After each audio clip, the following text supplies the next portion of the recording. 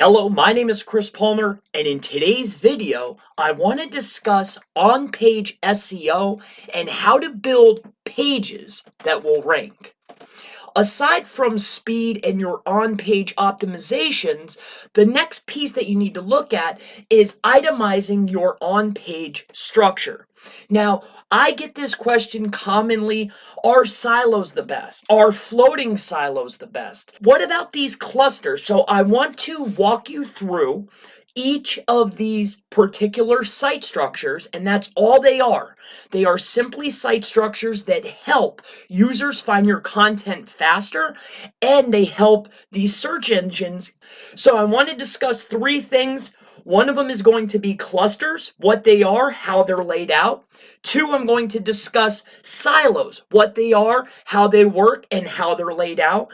And three, my personal favorite, floating silos, a little bit more advanced, but I will walk you through what they are and how they're laid out. So to better describe this, let me just show you exactly what I mean.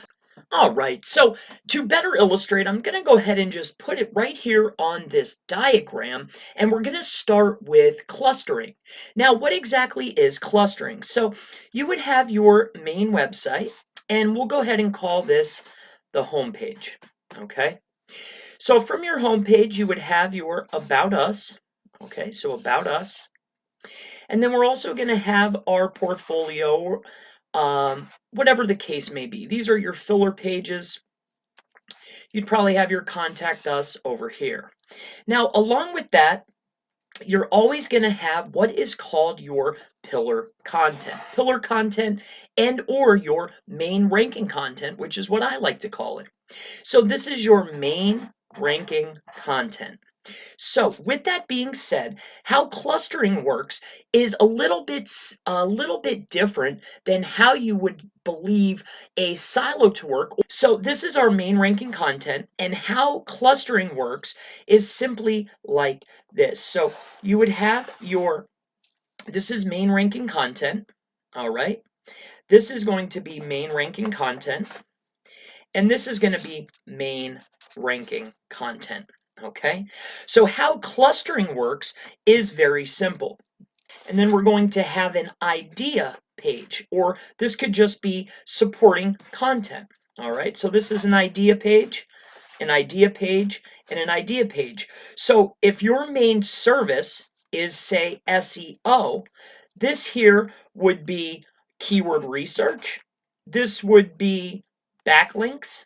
Okay, this would be whatever other services, we could say citations. All right, and then over here, this is our main ranking content. So we have our main ranking content. See how all of these ideas support this idea, but instead of it working up in a ladder like a silo, this main ranking page, these are supporting and other main ideas connected to the cluster. This goes directly to the homepage and off of the homepage. So if this is SEO, so this goes to our homepage. And on our homepage, what I didn't write here because I wanted to draw out the cluster, was a services, or whatever the case may be. This cluster here could be your products. But instead of it working up in a silo structure, which we will go up next, it is called a cluster. So that is the cluster site structure for your on-page SEO. Now let's talk about the siloing. Now, siloing is a basic structure. We're going to cover basic siloing first, all right? And then we will move into floating silos. All right, now let's go ahead and talk about siloing. So a silo structure is a little bit different than clustering because you want the search engines and the users to go down in the silo, almost like a ladder, but this is called a silo. This could also be laddering, whatever you want to call it. So how this works is a little bit different, but a lot of the ideas are in place here, because again, the main objective of a site structure is to make it easier for search engines to crawl your website and also for users to find content. This will increase your dwell time. This will increase overall site retention, increasing rank over the course of time. So let's go ahead and discuss silos. This will be a basic silo structure, and what I mean by a basic silo structure is you are making a main page. All right. So a silo structure, let's say you're using WordPress, would be set up like this: www dot, and then you make a category page or a top level page. A lot of people will put something called they'll write services here or products, and this is like a page placement. So a lot of people write services slash, and then they'll write their service, or they'll write products, and then it'll be their products, and then this will be numerous pages on the website. It'll be website.com. This will say products, and then their products, and then product 2, products, then product 3. Okay. Now, what I say before I get into the diagram is, instead of having it this way, www.website.com, and using the placeholder as, say, services, and then having your service, scratch that. Let's say that you're an SEO company. We'll put the keyword here, SEO, and then we'll put our services. So, link building. Okay? And then we would do www.website.com, and then it would be SEO, and then service 2, which would be citations. Okay, so instead of using this placeholder in your top level menu, what you should do is always use a keyword for proper siloing. The benefits of this, like I mentioned, are it's easier for users to find the content, and it's also easier for search engines to crawl the content because they have to go in the silo and back up. Now, how a silo is a little bit different than a cluster structure is simply like this. So let me go ahead and just lay this out for you in a very simple format. So we're going to have our home page. We're going to have our filler pages. Let's do it this way. We're going to have our contact us. Off of our contact us, we are going to have our about us, portfolio. Now, what's going to be different here is we're going to have a placeholder. So this could be a placeholder here. So like I mentioned over here, a lot of people will put product or service here as their placeholder or as their category page. You could call it whatever you'd like.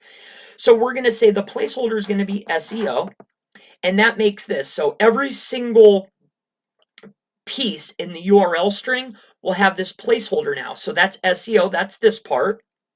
And then down from that, and this is also going to be the top level of the silo. So this is SEO. Then generally to have supporting content to the main ranking article.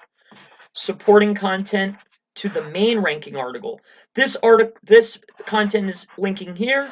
This content is linking here. And this is simply just a placeholder for the URL, because you need to start to think, what are people going to be searching? People are not searching products link building.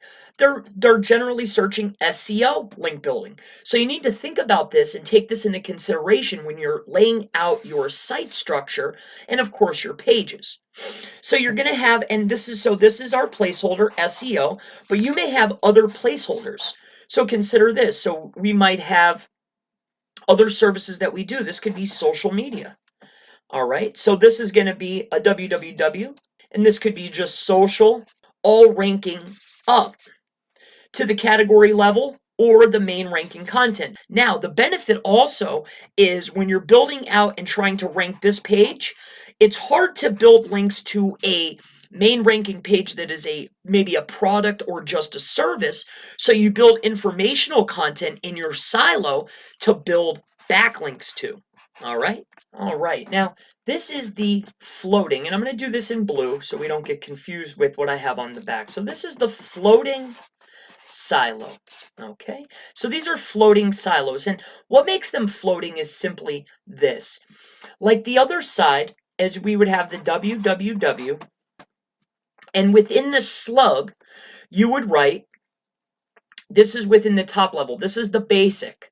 The only thing that's different about a floating silo is instead of adding pages to a parent page like this, you are simply just adding it in to the URL. So instead of saying, okay, this is the parent page, and every page after that will include this, and then my other topic, and then you would maybe have another topic idea. Instead, a floating silo is just changing it in the URL level or within the slug. So say you set up your parent page and it has SEO in it. Every page, but instead of adding it to the top level category, you simply just add it to the slug. You simply just write it into the slug. You don't actually associate it with the parent page. So instead, you could have 20 articles, all right, written. They could be all orphan. They're not connected to the parent page. There's no association other than you just simply write in www, and this is just in the slug, website.com, and then you simply just write in the / into the slug SEO, which you're adding it to this, right? You're adding it to this category, even though that this page is not the parent page, and then you can add other ideas. And what makes it a floating silo is this is only one category page on your website, and just change the URL or the slug. And this is the floating silo. And this is how it's set up. So you'd have your main page, and it's called a parent page. So when adding a parent page, it's adding it into the slug. But to do a floating, and here's how it would be written. So it would be chrispalmermarketing.com / and beta. Now, if I wanted to add another page into this, let's say this page is already set up and I'm using this as the category page, I would go over here to my page attributes, and instead of it not having a parent page, I would say, hey, this page is another page underneath this category, changing the URL. But how a floating silo works is I say, you know what, it's not going to be in the top level menu. It's not going to be considered a parent page on a basic silo structure. I'm actually going to go in here and say, you know what, I'm going to add it in. So I would put the information that I want. So I would say my top level category page is SEO, but I'm not literally adding it in. I'm going to say SEO / beta, and you just simply add it into the slug. That's going to pretty much wrap up today's on-page SEO, how to build pages that rank.